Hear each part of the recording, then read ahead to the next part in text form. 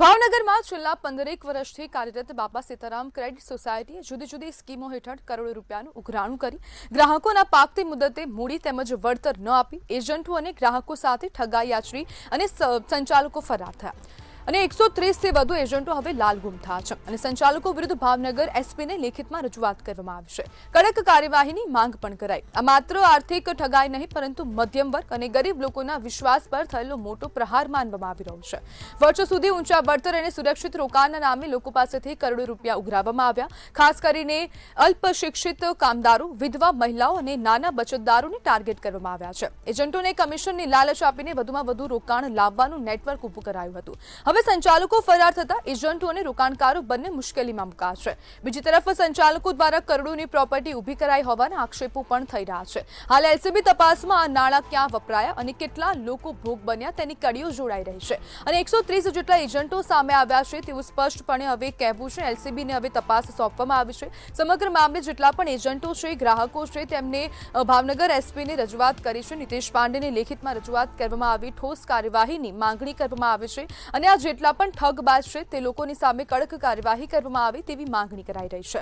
જ્યારે હવે આક્ષેપો કરવામાં આવ્યા છે કે પાકતી મુદ્દતે રોકાણકારોને રૂપિયા નથી પાછા આપવામાં આવ્યા. જેટલું પણ રોકાણ કર્યું છે તે લોકો તેટલું રોકાણ લઈને આજે એજન્ટો છે, જે સંચાલકો છે ખાસ કરીને, તે લોકો ત્યાંથી ફરાર થયા છે. 130 થી વધુ એજન્ટોને આ સંચાલકોએ ભોગ બનાવ્યો છે, તેમને ફસાવ્યા છે. ભાવનગરમાં ક્રેડિટ સોસાયટી કૌભાંડથી હવે ક્યાંક ને ક્યાંક ચકચાર મચી ગઈ છે, કારણ કે છેલ્લા 15 વર્ષથી આ ક્યાંક ને ક્યાંક આજે ક્રેડિટ સોસાયટી છે તે ચાલતી હતી અને તેની જ અંદર હવે કૌભાંડ કરવામાં આવ્યું તેવું સ્પષ્ટપણે સામે આવ્યું છે. એલસીબીએ એજન્ટોના નિવેદન નોંધી તપાસ પણ શરૂ કરી છે. અનેક એજન્ટોના નિવેદનો લેવામાં આવ્યા છે. ભાવનગર એસપી નીતેશ પાંડેને લેખિતમાં રજૂઆત પણ કરવામાં આવી છે.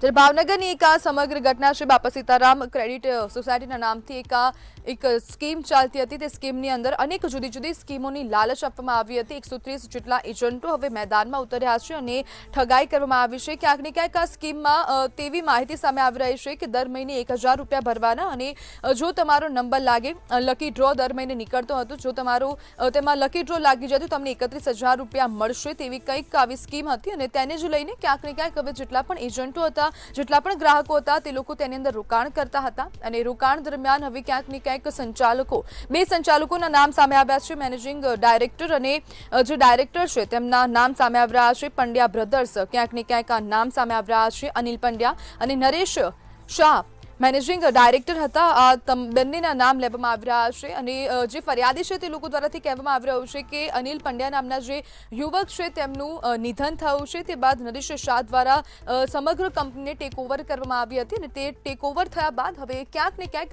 એજન્ટોને કમિશનની લાલચ પણ આપવામાં આવી હતી. તે બાદ ઠગાઈ આચરીને આજે શાહ નામના જે વ્યક્તિ છે તે હવે ફરાર થઈ ગયા છે. તેમના જે પુત્રો છે, તેમના પરિવારજનો છે, તે ક્યાંક ને ક્યાંક વડોદરામાં હોય તેવું પણ સામે આવી રહ્યું છે.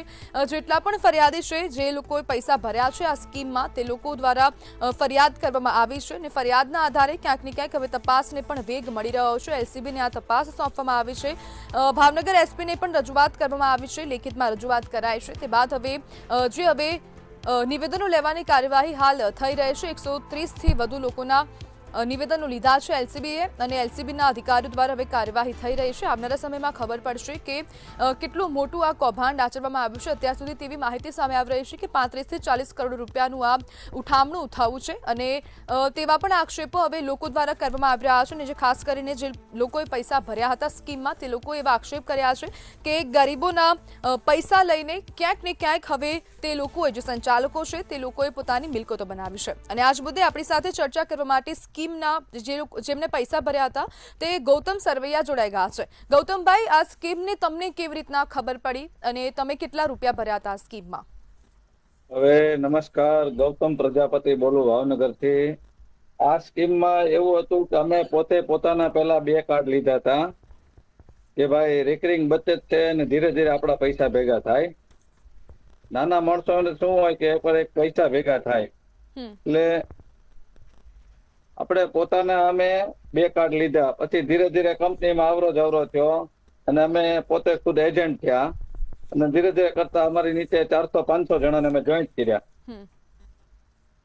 તો ગૌતમભાઈ, કરતા ગયા સારું, પણ કોરોના કાળ દરમિયાન પછી અમને કઈ ખ્યાલ જ ન રહ્યો કે શું કંપની કરે છે શું નહીં. હમ પૈસામાં થોડુંક ડિલે થવા માંડ્યું. પછી એ લોકોએ પછી ડબલ ધમાલ એક સ્કીમ કરી કે ભાઈ આ ત્યાં પૈસા છે તમારા, એ એફડી માં ટ્રાન્સફર કરો તો તમને અમે ડબલ આપશું. હમ એ પ્રમાણે પણ અમે ડબલમાં ધમાલમાં પણ ઘણાના પૈસા ઇન્વેસ્ટ કરાવ્યા. તો આજની તારીખમાં જુઓ તો ગૌતમભાઈ તમે આ account, કંપનીની ખરાઈ કેવી રીતના withdrawal, કરી? ગૌતમભાઈ તમે આ કંપનીની ખરાઈ કેવી રીતના કરી? કારણ કે છેલ્લા ઘણા સમયથી આપણા રાજ્યમાં પોન્ઝી સ્કીમોનું એક નેટવર્ક ક્યાંક ને ક્યાંક પકડાઈ રહ્યું છે. તો રોકાણકારો કેમ હવે લાલચમાં આવી રહ્યા છે? લોકોને જાગૃતિ મળી રહી છે છતાં પણ કેમ આવી ઘટના વધી રહી છે? પણ લાલચ એવી હતી કે આજે તમે જે 1000 રૂપિયા ભરો છો એ 1000 રૂપિયાના અમે કોઈ બી મહિને ડ્રો થાય દર મહિને તો 30,000 રૂપિયા આપતા હતા. એ લાલચ હતી અમને, હમ કસ્ટમર ને અમારા. હમ પછી પહેલી જે સ્કીમ હતી આજથી 2015-18 પહેલા એ સ્કીમ હતી કે આજે 1000 રૂપિયા ભરો તો 48,000 રૂપિયા મળે. હમ એ લાલચ હતી કે આજે આમ પૈસા ભેગા નથી થતા પણ આમ પૈસા ભેગા થઈ જાય. તો ગૌતમભાઈ હવે તમે સંચાલકો પાસે પૈસા રિટર્ન માંગવાની માંગણી કરી તો જવાબ શું મળ્યો છે? જવાબમાં અમને ગયા શુક્રવાર સુધી જવાબ હતો કે અમે તમને અડધા પૈસા 6 મહિનામાં આપશું અને અડધા પૈસા બીજા 6 મહિનામાં આપશું, હમ 1 વર્ષમાં. પણ ક્યાં એ લોકો શનિવારે જ તે કઈક ભૂગર્ભમાં ઉતરી ગયા છે, ક્યાં છે એ જ અમને ખ્યાલ નથી. હમ તો ગૌતમભાઈ પોલીસમાં રજૂઆત કરી છે, પોલીસ પ્રશાસન તરફથી શું હા, કહેવામાં આવી અમે રહ્યું છે? પોલીસમાં ભાવનગર એસપી કચેરીએ અરજી કરી છે. પછી ત્યાંથી અમને મેસેજ મળ્યો કે તમે સીઆઈડી ગાંધીનગર તપાસ કરો. તો અમે સીઆઈડી ગાંધીનગર પર એક અરજી દઈ આવ્યા છીએ. એની પણ અમારી પાસે નકલ છે સાહેબની સિગ્નેચર વાળી. જી બિલકુલ ગૌતમભાઈ, અપેક્ષા છે કે જેટલા પણ જે ગ્રાહકો છે તેમને તેમના પૈસા પરત મળી જાય. જોડાવા બદલ આપનો આભાર. મહેનત ઈ જ કરીએ છીએ અમે.